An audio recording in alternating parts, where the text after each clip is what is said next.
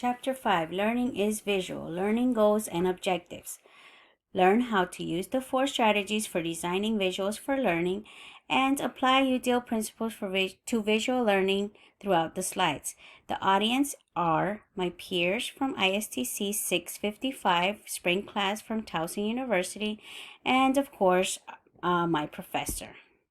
So the 4 strategies for designing visuals for learning are strategies to reduce overload, strategies to guide attention, strategies to support perception, and strategies to promote visual learning. Strategy number 1, strategies to reduce overload.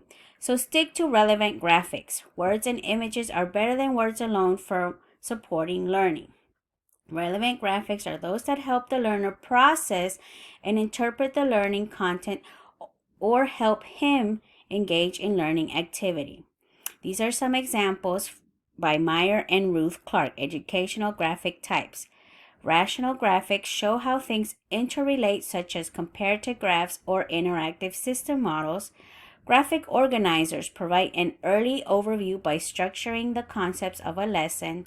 Transitional graphics show change over time.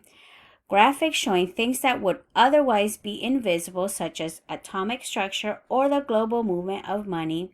Graphics that help place learning in context, such as case studies, image, a theme graphical user interface, or a virtual world.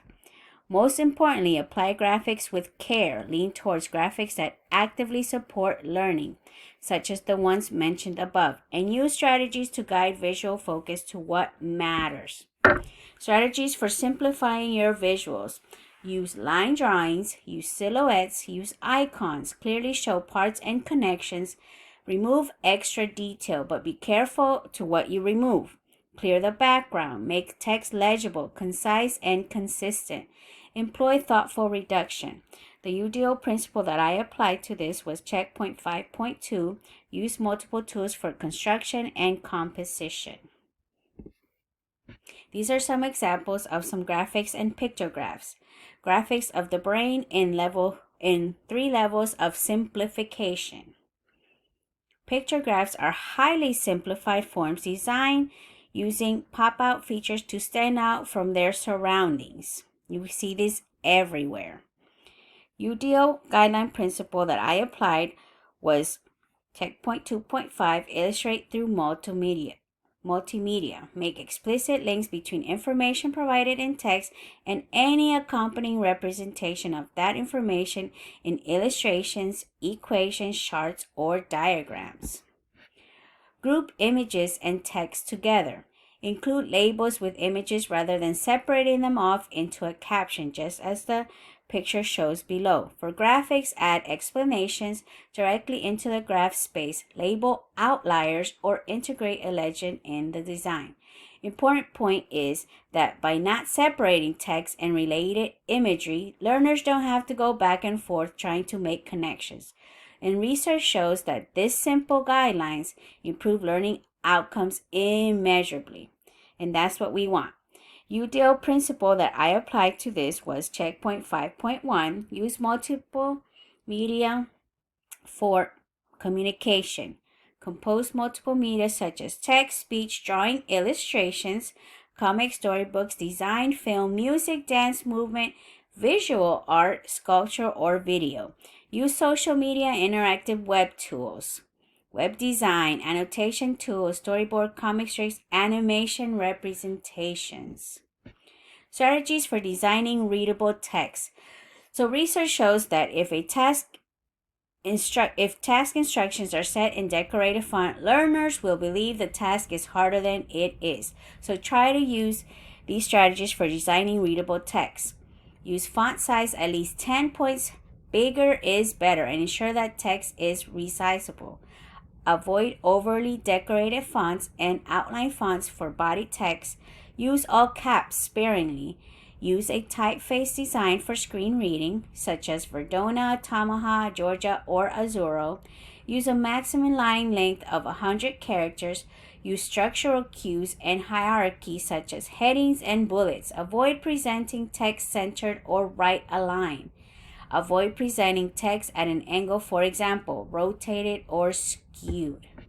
So strategy number 2, strategies to guide attention. Features for designing visual hierarchy. So color, size, shape, texture, directionality, depth is a very important one. Objects in a foreground are perceived as more important than those that are far away. So remember that. UDL guideline that I applied for this was checkpoint 1.1, offer ways of customizing the display of information. So the size of text, images, graphic tables, or other visual content. So strategy number 3, strategies to support visual perception. Strategies for implying depth. Occlusion, when one object once blocks another object, it looks closer. Perspective, size, texture. The graininess of a texture increases as it gets farther away. Cast shadows. Shadows, height on the picture plane. Things farther away in a landscape appear above things that are closer. So depth of focus, blurry versus sharp. This effect is strong in photos with a low depth of field. So be careful with the pictures that you add to your visuals. Reference to nearby known objects. Degree of contrast, as in fog, things farther away have less contrast. So be careful with that. Don't forget, color can have divergent meanings from culture to culture, even group to group. So be careful adding color to your visuals. UDL guideline principle that I applied to this was checkpoint 1.3. Offer alternatives for visual representation. Provide physical objects and special marks to convey perspectives or interactions. So strategy number 4, strategies to promote visual learning. Translate large data sets into abstract graphic. This is an example of abstract graphic of something used rather than a picture. Stay clear of the lie factor. Visualize a change as much larger than what it is. Be diligent with your proportions and be careful not to distort the facts. The facts are always very important. Use segmenting, sequencing, and layering to tame complexity. Learning content should be broken into manageable parts that the learner can process one at a time in chunks. A sequence is a series of segments in chronological order. Research shows that sequencing increases processing efficacy and understanding, and that segmenting improves learning outcomes. Oversimplifying a data can put the integrity of the information at risk. Layering of detail and segmenting can help clarify this.